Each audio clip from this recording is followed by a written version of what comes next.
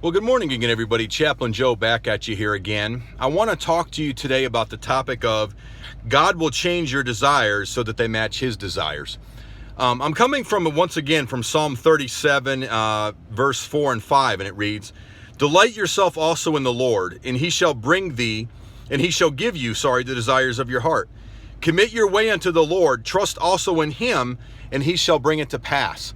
So I love what it says, delight yourself in the Lord, and God will give you desires of your heart.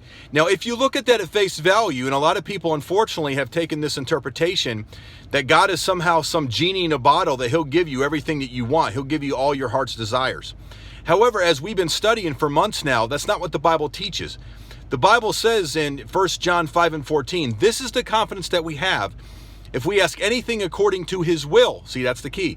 If we ask anything according to his will, God hears us, and then we shall have whatever that we say. So the thing we got to realize as saints is God is not a genie in a bottle that's just going to give us everything that we want. What happens is as we continue to delight ourselves in him, God will change our desires to match his desires. That way we can be like Jesus when it says, "Not my will, Father, but thy will be done." Why?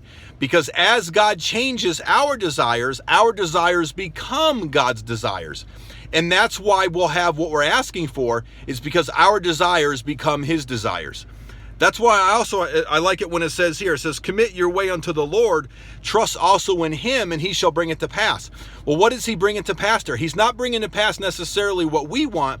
He's bringing to pass what he wants. And as we change and surrender to him, what we want becomes what he wants, and that's how it comes to pass.